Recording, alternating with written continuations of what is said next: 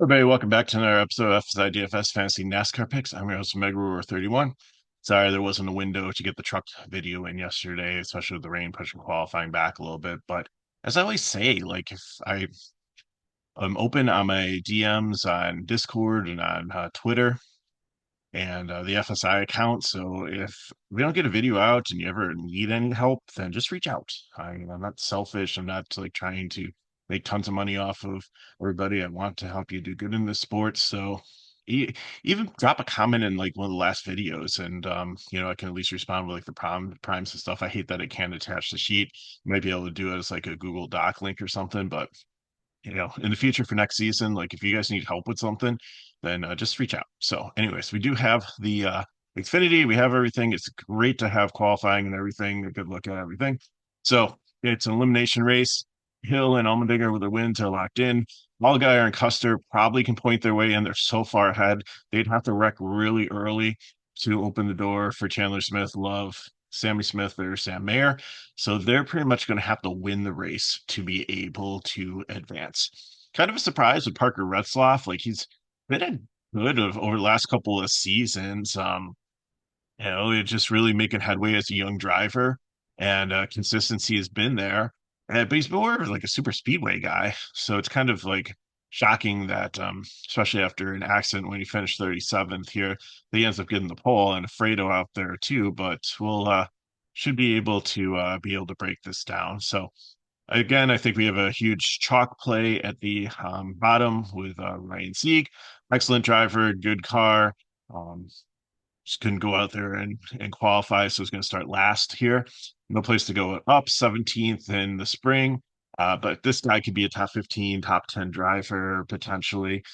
He's one that experiments usually with different strategies, and sometimes it works, sometimes it doesn't. But when it doesn't, that's more like top 20 finish than a top 10 finish. So with the consistency and everything, unless there's some kind of chaos, I mean, it is a shorter track, so you do want like some definitely looking for dominators here, as those points in the field can get lapped pretty quickly.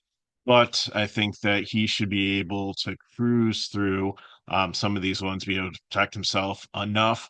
Um, and maybe there's a caution that'll help with like with the restart and stuff. So I think he'll be safe. So I think again it's a five driver lineup with Sieg is going to be in most of your lineups. So starting up top, Retzloff, take a shot of him in a GPP. I don't really know. He was top 10 in speed in practice. I think top five, and the fall off was pretty much there too. So who knows? I mean, he could be a shocker. Like we saw, yeah, we've seen drivers like start up here and it would be hard to pass and everything. But I just think with only a couple of years of experience, be his like third race here. I just don't think he's ready for it. And Alfredo, I think, is going to fall back too. So really don't like the two of them. But Chandler Smith, I think, is the one that's going to go up there and dominate early. Um, he or Allgaier. I think Love is definitely in the equation. Love can be over aggressive. Love, I think, I don't have like the 10K guys in here, so I think I'll name them as we go. But I put Love as a 10K guy just because I mean, he's got to be aggressive up there. He's got to like kind of swing for the fences, and that's what you kind of want for your 10K lineup. Allgaier, I think, is another good play up here as a possible dominator. Yeah, he's locked in. Will he play it safe just to make sure? But it's possible, I think, by like stage like two that like he and Custer could be locked in unless somebody weird wins the race. So I think it's a race against Allgaier and Custer for the definite lock for the third spot if one of these other drivers might win. But if they're not in the equation, if for some reason like Smith, Love, Smith, and Mayer have a bad race and they're like multiple laps down, then I think these two just kind of, I mean, they can still fight for the win, but I think they just kind of chill and make sure they don't make a mistake that's going to knock them out. But I do think Allgaier could be a dominator here. Hill, I think, could be an upside dominator. He's been in good form recently. Finished 34th, had an accident. Really wasn't his fault, if I recall, in the spring, but he's been solid here. So I think you consider him as an upside dominator. Same thing with Sammy Smith. He's going to need some definite some help here. So he could potentially go out there and dominate. Maybe like pit early, whatever, because stage points aren't going to help you here. So if they can figure out how to get off on a pit strategy or stretch gas or something like that, then that could help them potentially win. Reed's not in at all. He's run pretty well here. Only two more races in this Gibbs one, and he had some pretty good practice speed. So let's make him a 10K driver here. So there's the first two guys. I'll find a value guy to throw in as the third guy in the 10K lineup. Almaro is going to be the prime here. Got nothing to race for. Top 10 in practice. I think he actually was top five too. Finished first here in the spring. Uh, Tons of experience here, and I think he's got a great car, great team, and definitely a shot to win this. Cole Custer, same thing. I know he's starting 10th here, but I think he can be another dominator to get up there. Eighth in Martinsville. He was, I believe, top three in speed here in practice. Fall off look good. Like everything's pointing in the right direction. He's in really good form here. And I think that he could potentially win this to go on to try to repeat as champion. Allmendinger's already locked in. He looked good in practice and everything. I think you can play him in cash if you want to. He's probably priced in no man's land here, but he could save you a little bit with if you want to pivot off one of these 10K guys to be able to build a more balanced lineup. So keep that in mind. 36, I'm not really worried about that. An accident in the spring. Sam Mayer finished second in the spring. He's always GPP for me. Uh, I just don't trust him in cash. I know he's going to be desperate, but I think that desperation leads to mistakes. Riley Hurst and Bryant Jones, it's just amazing that these three are together because they're almost the same driver. There's certain tracks where they're going to do good. They're usually volatile any other place. So they're all straight GPPs here. Swallich, really good in the truck series. It's this Joe Gibbs 19 car. Should be good. The car finished 13th here in the spring. So I think that he's a solid cash play. Matt DiBenedetto here is starting 16th, a little far forward, but he's got a lot of experience here in Cup. Finished 21st here in the spring.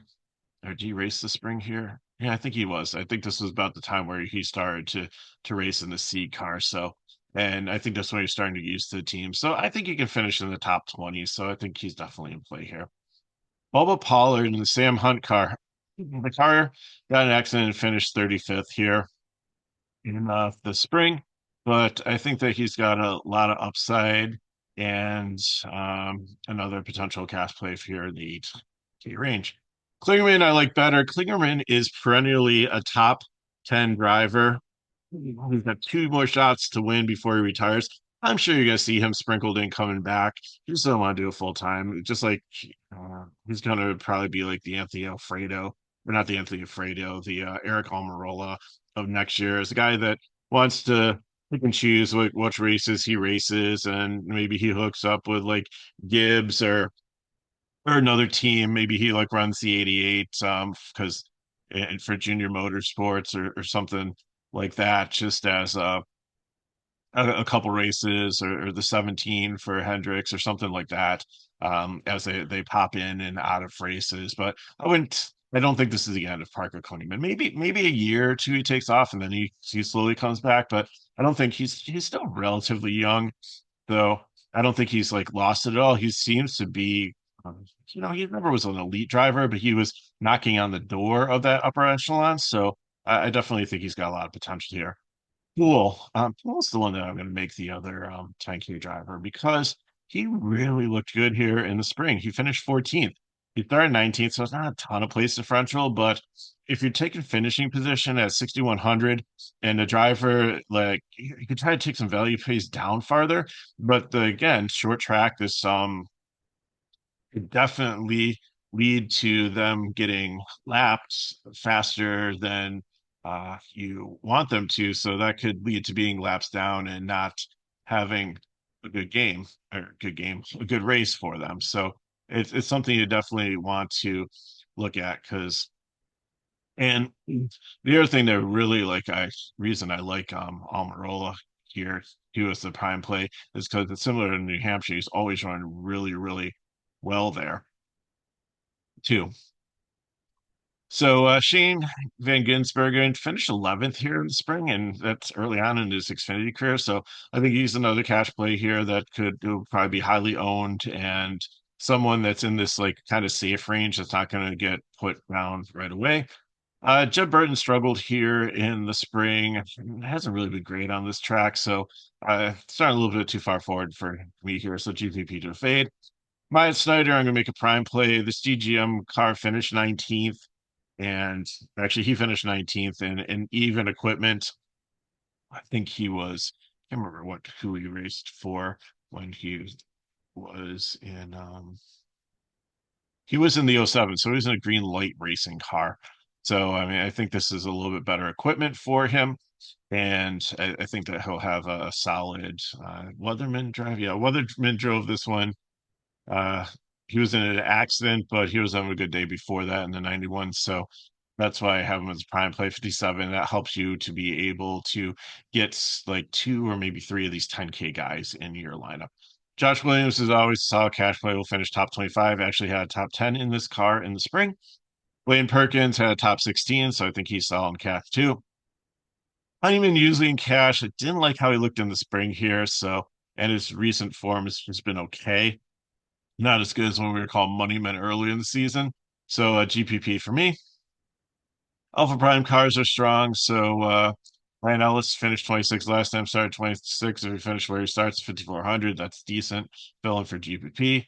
Kyle Sieg's a little expensive in this range. If you look at all the other guys, they're in 5K, and they looks like they're gonna like finish around the same area. It's almost the same driver. It has a little bit better equipment.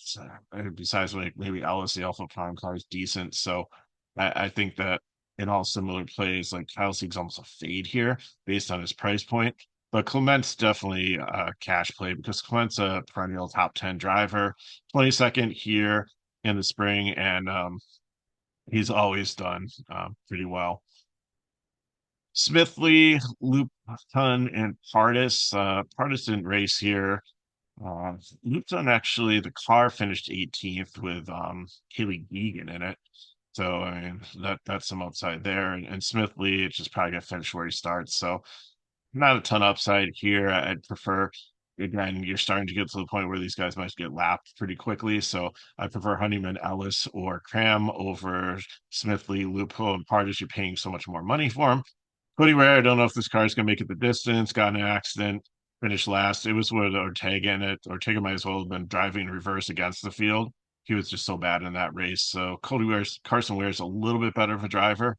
Um, but I don't expect too much from here. Logan Bearden, I think you can play his cash play down here. A little bit dangerous, but I know it's a Mike Harmon car, but he's just a talented driver, and I think he'll be able to knife through like Smithley, Lupo, Pardis, and Ware to be able to maybe even like knock on the door of Cram and Sieg, um, to be able to stay on the lead lap early. Emmerling, he's okay. Didn't really race here. Like I said, the '07 car finished 19th with Myatt Snyder in it, so I think it's more the driver than the equipment. Mason Maglio, he did really well here in the truck series. That's why he's not a fade in GPP. But again, danger going down early. Van Alt's going to get lapped early, and Sieg, we said, is definitely a lock here in cash. So thanks for watching. That's what I got for you. If you have any questions, put them in the chat below. Hit me MegaRoad31 on Twitter/X. And I will see you for the cup video tonight. For more information on FSi DFS, you can go to the description and everything's in there to see what our pricing page is. Weekends are great to play sports. Under $6, you get all the sports for all day long. And if these videos help, like, subscribe to your channel, and share with your friends. So good luck at contests. Hope you have an amazing weekend. Watch some great college football games and Xfinity race. And I'll see you tonight for the cup race.